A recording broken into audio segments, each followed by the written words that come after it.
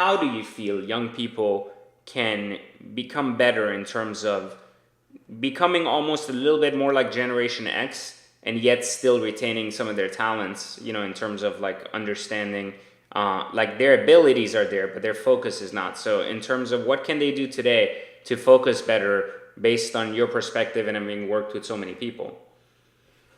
Well, I know there was a club once of retired CEOs, like 400 of them, and they would get together for breakfast or brunch once a month.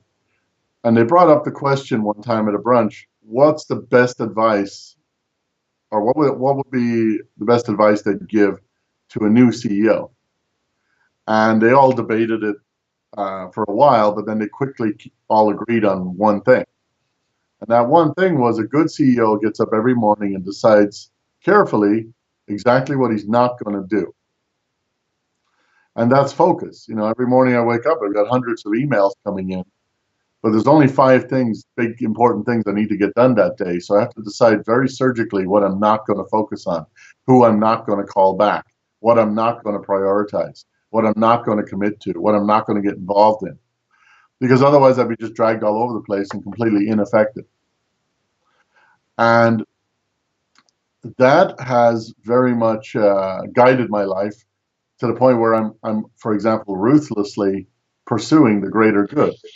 So when I say I only work on funded problems over 10K, it's not because I'm trying to be a capitalist swine. It's that we'll use the profits from that to help charities, to do good, to employ the other more geniuses and bring them together and get them more help and more therapy and more guidance. If I listen to every unfunded problem out there, that means there's a problem that nobody generally cares about enough to put their money where their mouth is. And that very quickly would mean I'd be completely ineffective and just talking to people all day about problems that none of us had the resources to solve. So that's one part of focus. I think there's a number of combinations. I mean, like I said, I grew up on a farm, so I was motivated or driven by boredom. There was nothing for me to do. Ireland had like two television channels, no technology at the time. So there was nothing else to do except go down the rabbit hole on computers. I think if I was born today, I would be just as distracted as the current youth because there'd be too many cool things to do. I'd probably be playing video games all day. So, that's a great example, actually. My house is a PlayStation 2. I refuse to upgrade because if I upgrade, I'll lose 6 months of my life playing the latest stuff, networking with all my friends. So I have to be careful what I go down the rabbit hole on. I also think that if you were able to triple class sizes, which takes about a 15% hit to the kid's ability to learn, but also then triple the salary of the teacher. So now you have teachers who make 160 grand a year.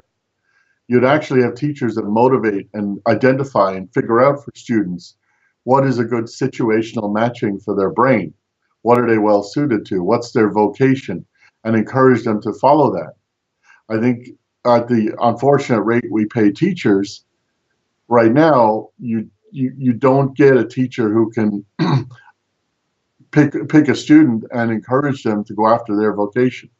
All you can do is paint everyone with a broad brush and not really be inspiring. Imagine if every time you're at school or class, teacher is like its own personal TED talk. You would come out of that school as a different person. I also think every high school kid should be mandated to do a startup company before they're 18.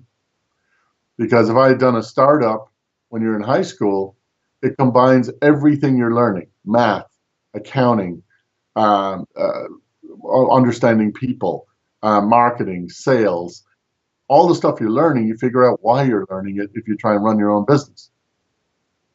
And whether the business fails or succeeds doesn't matter. By the time you're 18, you're ready for the real world because you've learned all the things they don't teach in school, like EQ, credit, mortgages, communication style, active listening, patience and tolerance, and legal issues to look out for, like intellectual property and copyright. So understanding all of that is huge.